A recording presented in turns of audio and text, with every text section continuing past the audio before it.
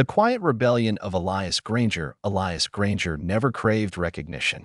He was not a man of bold speeches or loud gestures.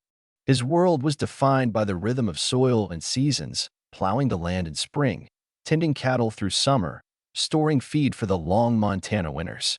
His 1,700-acre farm, nestled in the heart of Stillwater County, had been in his family since the late 1800s. The fields, the hills, even the gnarled cottonwood trees near the creek, they weren't just landmarks.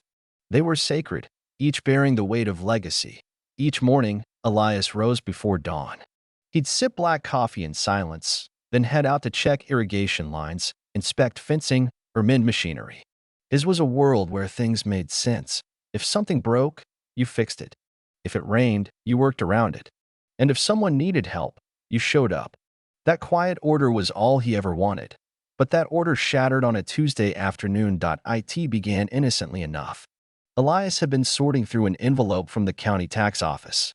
Inside were documents related to an unrelated zoning notice, something about residential buffers for an adjacent tract of land. Buried in the packet was a filing he didn't recognize. At first, he thought it was an error. But when he saw the words "transfer of deed," his fingers tightened around the page. According to the paperwork, Elias Granger no longer owned his land. His heart pounded as he flipped through the documents. The name listed under seller was his, but the signature wasn't. His land, it claimed, had been sold to a corporate developer known as Echelon Properties. The sale had been processed not through any county-wide public auction, but via a private agreement, brokered and authorized, apparently, by the local homeowners association, Stillwater Hills HOA.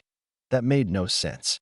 Elias wasn't even part of an HOA. He rushed to his office, dragging out old deeds and titles, cross-referencing dates and signatures. As he combed through page after page, the story became clearer and more horrifying. The HOA had somehow filed a transfer claiming oversight jurisdiction over a large swath of adjacent unincorporated land, including his. Falsified signatures, forged notary seals, invented minutes from meetings that never occurred. They had stolen his farm on paper, assuming he'd never notice, and even worse, construction had already begun. Elias drove out to the western boundary line that bordered a new road development and saw them.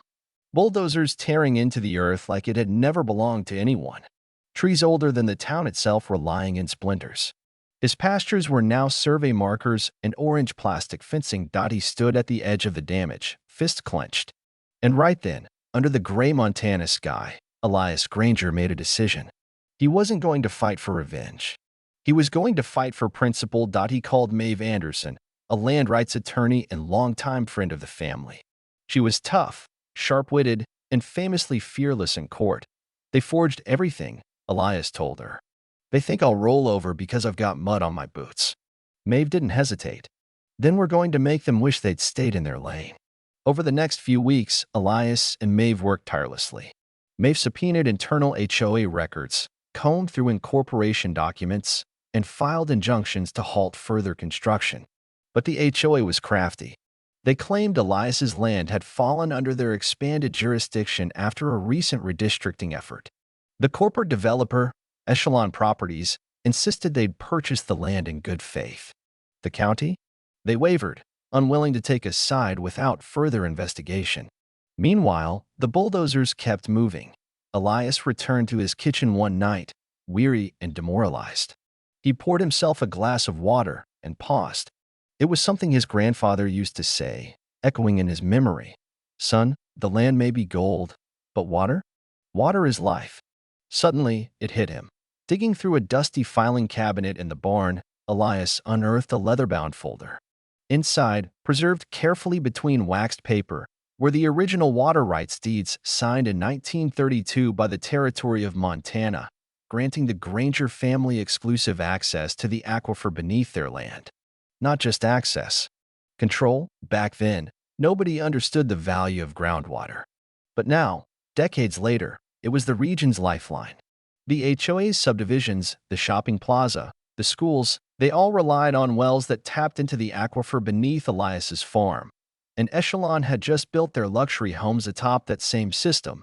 Elias stared at the page, realization sinking in. They hadn't just stolen his land. They had unknowingly tethered their futures to a resource he controlled entirely. He visited the primary pumping station at the edge of his property, a modest metal building disguised by decades of overgrowth. Inside, he found the master valve. With a turn of the wheel, he could stop the water flow to the entire grid. He didn't do it then. Not yet. Instead, he went to work. First, he filed a motion to reassert and reaffirm his family's senior water rights. Then, he had his own hydrologists inspect the aquifer's recharge capacity and published a report showing how any overdevelopment could lead to irreversible collapse of the ecosystem. The report went public. The local newspaper picked it up. Social media exploded. Residents of Stillwater Hills began asking questions, and not just about water. What followed was a slow unraveling. Construction halted. Real estate deals froze. Property values in the new development plummeted as buyers pulled out. But the HOA board doubled down. They claimed Elias was bluffing, that the water rights were outdated and inapplicable, that the courts would rule in their favor. And so Elias did what he had to do. One cold morning, as frost glistened over the grass, he drove out to the station, opened the valve housing, and shut off the supply to the new development. Nothing dramatic happened at first, but by noon, faucets sputtered. Sprinkler systems died. Calls poured into the HOA office. Elias said nothing. He waited. Within 48 hours, the chaos was palpable. Restaurants closed. Families couldn't bathe. Toilets stopped flushing. Panic set in. Then came the interviews. Reporters swarmed the farm. Elias stood on his porch, flannel shirt, weathered hands, quiet conviction. They took what wasn't theirs, he said. Now they'll understand what it feels like to lose something essential. Within a week, the board called a meeting. Maeve joined Elias, sitting beside him as he slid a letter across the table. A list of non-negotiable terms.